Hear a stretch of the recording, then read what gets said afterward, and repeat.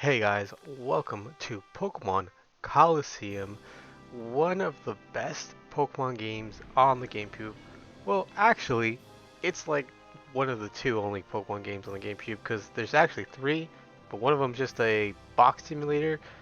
Anyways, this is Pokemon Colosseum and it came out in 2003, 2004 in North America, 2003 in Japan.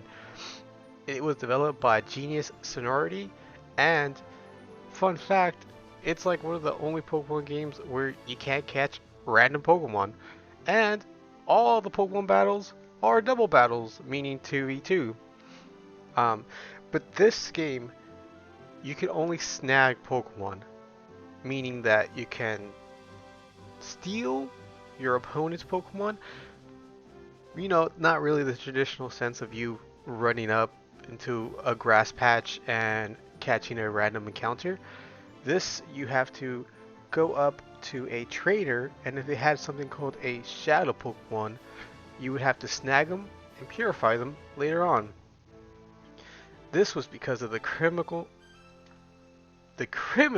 syndicate, Cypher, and Team Snag'em. So let's get into it and see where this adventure takes us. So right away we start off with a double battle against a trader named Willie. And you can see that they are all double battles, in fact, and we don't even get to choose our starter types. Our starting Pokemon are going to be Espeon and Umbreon, and they're already fairly leveled up, 25 and 26. But continuing on, right after that, we go to the city named Phoenix City, and where we see this random team holding a sack that looks clearly like a body. So they're clearly kidnapping someone. I don't know what's happening here, but you know we gotta take them down. So we battle both of them, and I'm not gonna bore you with the details because the beginning segments of all Pokemon games, it's basically just mashing A because then you win. But after we win, we see that we rescued this young girl, and we decided to name her Yuki, just because I like the name Yuki. I don't know why. And as we explore the city, we see this guy. Doesn't clearly look like a villain, I'm just saying, maybe that was the final boss. Kind of looks like the final boss. And after we talk to him, we walk into the mayor's office, and he tells us a little bit about Phoenix City and how it's around, and what the criminal organization has been doing around here. But he asks us if we can help out clean up the city and help start up the Colosseum again. But as soon as we go to the Colosseum and make our way out saying digital power, it says, "Hey, Taunt, like, who is he talking to? I don't know, you guys." But here we actually find out that I was not me, I'm not a villain.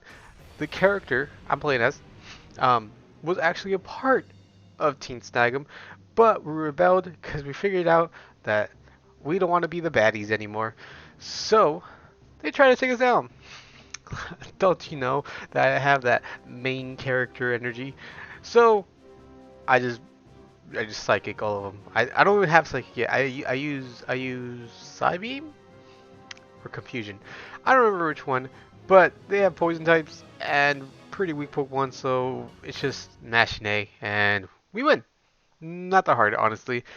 Uh, we clearly are a little overpowered in the beginning, but don't get your hopes up of this being a cakewalk, because honestly, this is one of the most hardcore games for Pokemon as a casual run, because you can always do a Nuzlocke and stuff for Pokemon games.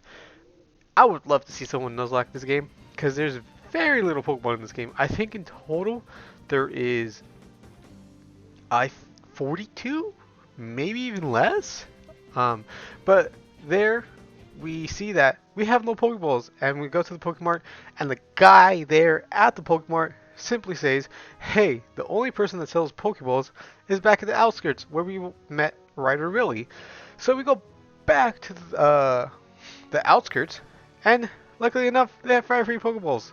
But you know, with luck, we gotta buy more. So, we bought as many Pokeballs as we could, head back to Phoenix City, and just as we get back, something terrible is happening, and like, why is it always on me? Why can't these people, isn't there a police system? Like, why do I have to do everything?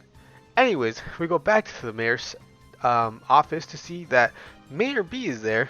This cool looking dude with an afro. I mean, look at him. I'm just saying he's pretty flashy. But there's the Power Rangers right behind him. Out of nowhere. Why is there the Power Rangers right there? Basically reveals the plot of like he's trying to take over. He has some super secret chat. And then they eye me down?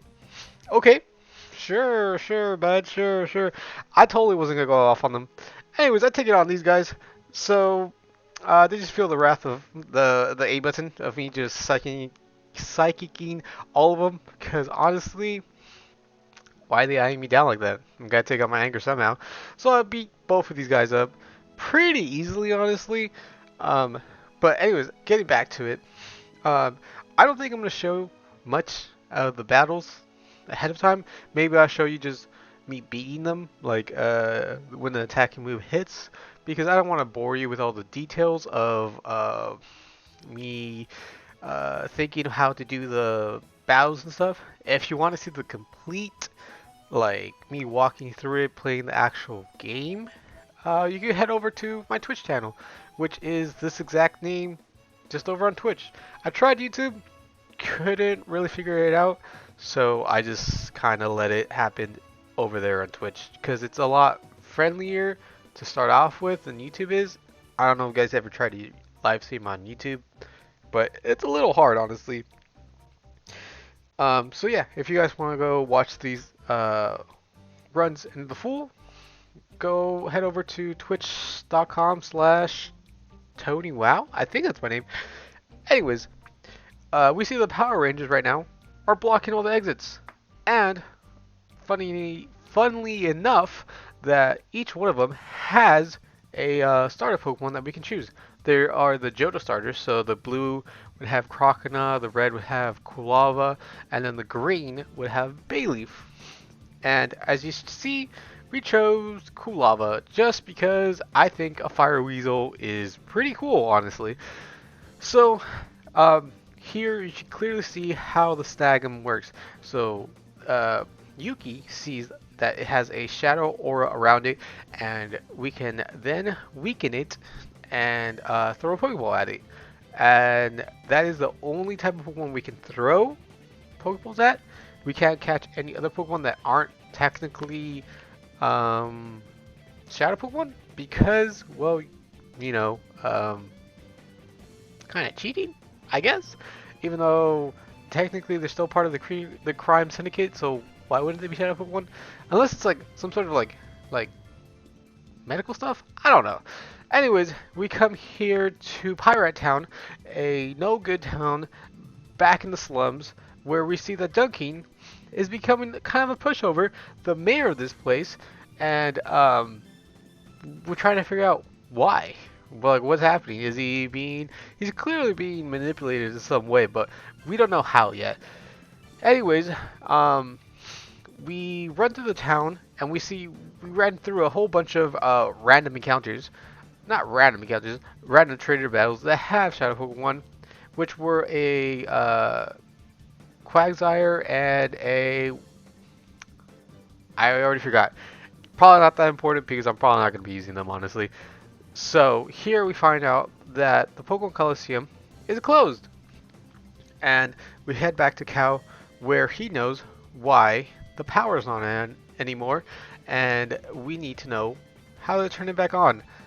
And as we go to that, this dude right here, Cal, I hope that I'm pronouncing it right, Cal is like, you gotta battle me in order to figure out what to do next. So, you know what we gotta do. We gotta smash A and literally destroy his team and catch his furry, which is kind of nice. Like, a furry is a super like nice, cozy Pokemon. It's kind of sad that it's a Shadow Pokemon, but you know, I would kind of like, you know, a furry is like 5 feet tall. It's honestly huge. Imagine a furry being 5 foot tall right next to you. That's almost my height right next to me, and it's just a giant ferret next to me. I think that's kind of crazy.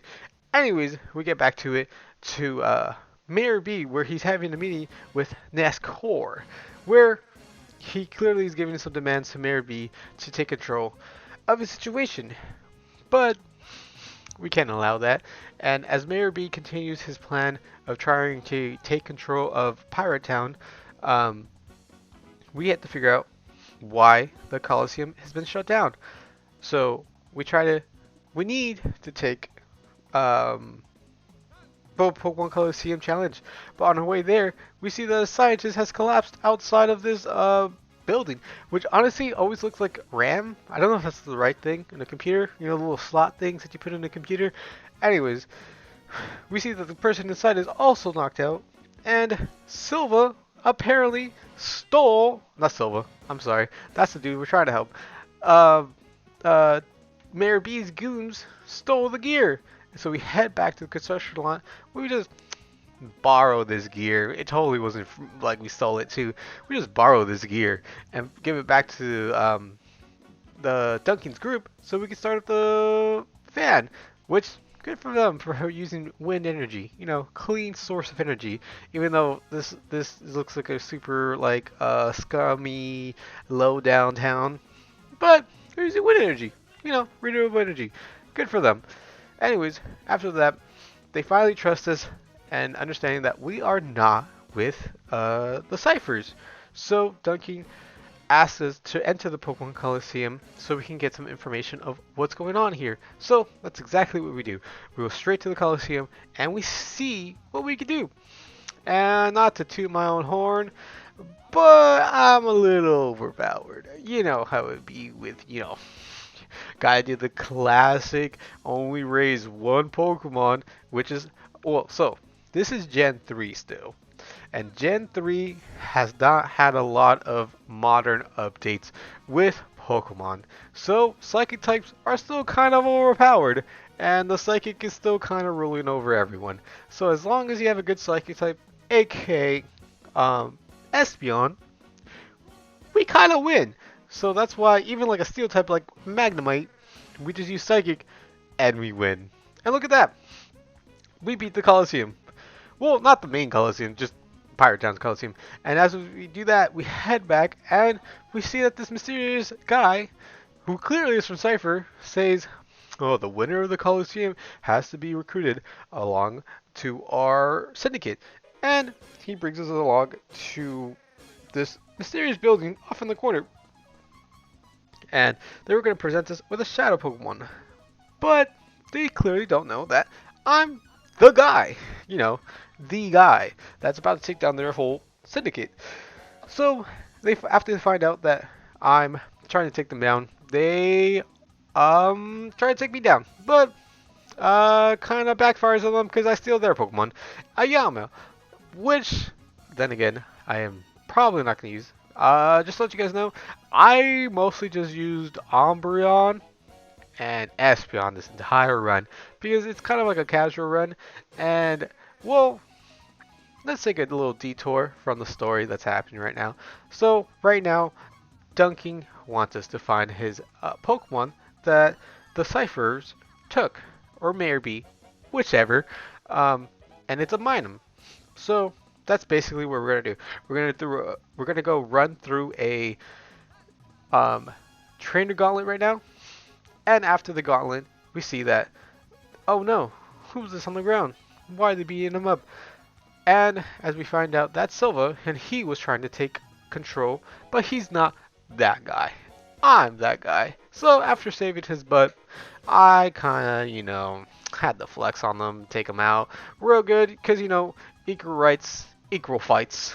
I don't discriminate. So after taking out those two people, I take care of Silva, make sure he's okay, and let him know that I'm with Duncan, and I'm here to take down Mayor B2. And as the speak of the devil, Duncan shows up and tells us, ha ha ha ha, you can never take us down. Well, I just cruised through his little cave thing, and I see that he is dancing with his Ludicotos in the middle of the stage. And I'm not gonna lie, kind of a vibe. I can see where he's coming from. I might join. I don't know. But oh wait, if you guys can hear it, I'm pretty sure that there is a good amount of audio from his soundtrack in the background. I had to edit it a little bit because I don't want to get it copyrighted because it's technically Nintendo's music, and you guys know how Nintendo is with their copyright stuff. So if you hear a little like Spanish music in the background, that's Mayor B's theme.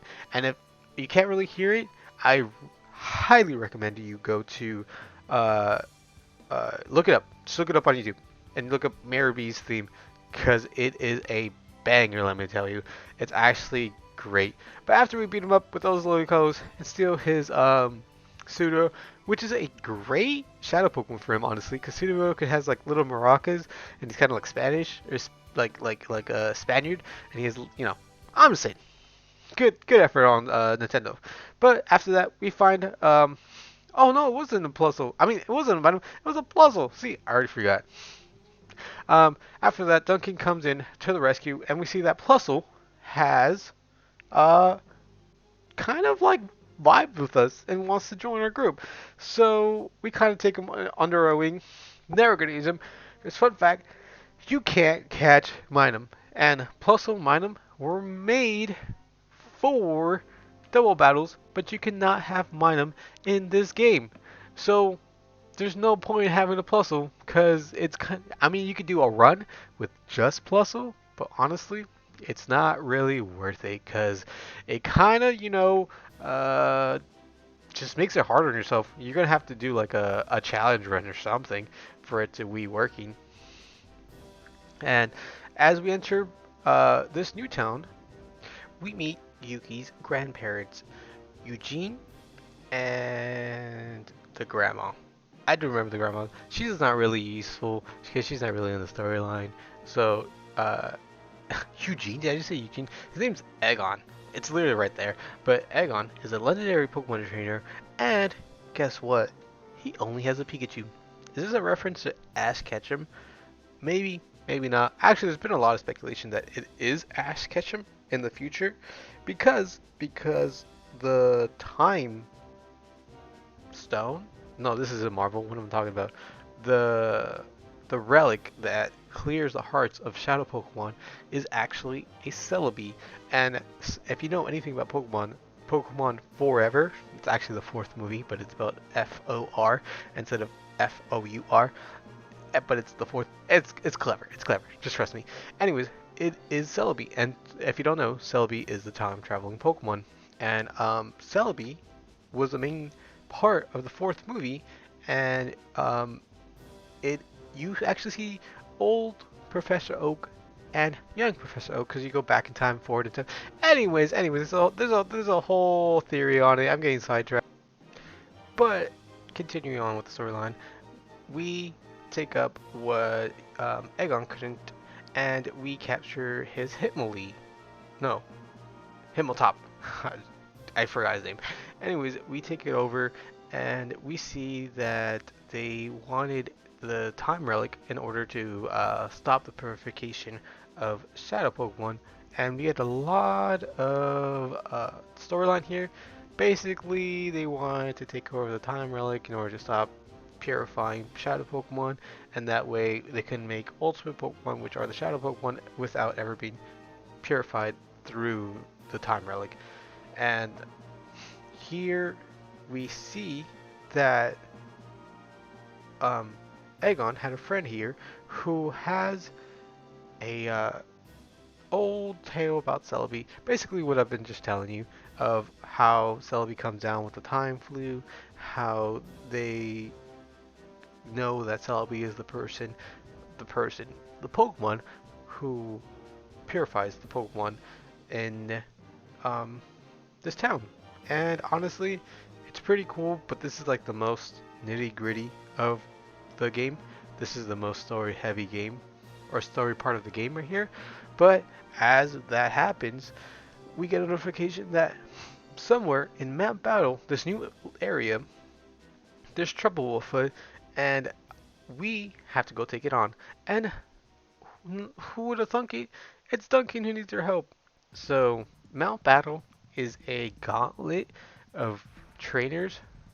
You heal every round, but basically every 10 or every trainer you face, and there's 100 of them in a row. I'm gonna skip the 10 for you because nothing really interesting happens.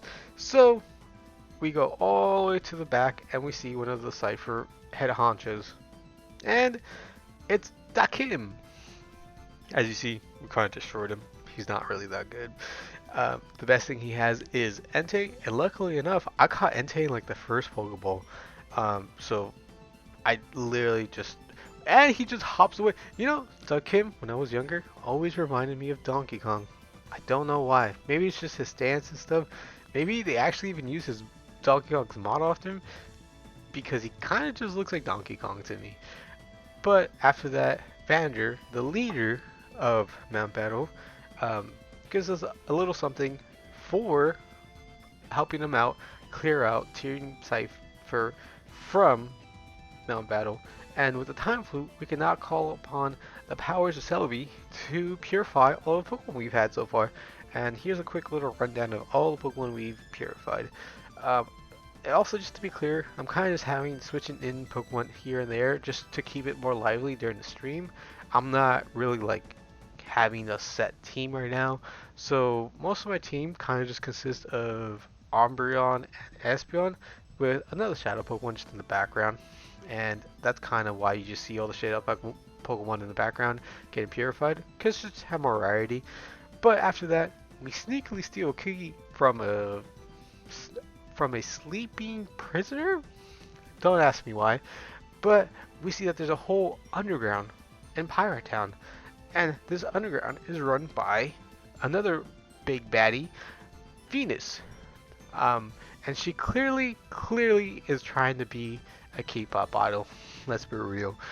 And she has this whole underground under her like K-pop idol influence trying to get us. So there's a group of little kids that are trying to go against her and free up the underground, which we meet up and try to help them out so we can get everything cleared up and, you know, kick out Team Snag 'em, because, you know, that's what we do. But we see that Silva gets caught again. So we're like, hey, don't worry, Silva, we'll have to get you out. And we ride this little UFO to go across, and we go to see Venus, the head honcho. Why not? Also, fun fact, this battle was the first time I lost. So what you see now is the third attempt of me trying to beat her. But luckily enough, I kind of went a little overpowered because I just kept battling her over and over again, and I leveled up a lot. So now I'm overpowered again. So, and she had a Suicune. And I don't know if you can kind of tell, but there's going to be three main bad guys that each have one of the legendary beasts, dogs, whatever you want to call them. So we have Entei, Suicune, and Raikou. We have not seen Raikou yet, but Venus, cleverly enough, isn't Venus the goddess of ocean? I'm pretty sure, in some sort of mythology. I'm not sure, but having Suicune, the water beast, with her, kind of smart. Anyways, she runs away. We have to go through this gauntlet to go down the elevator, and we see she's trying to take a train and escape.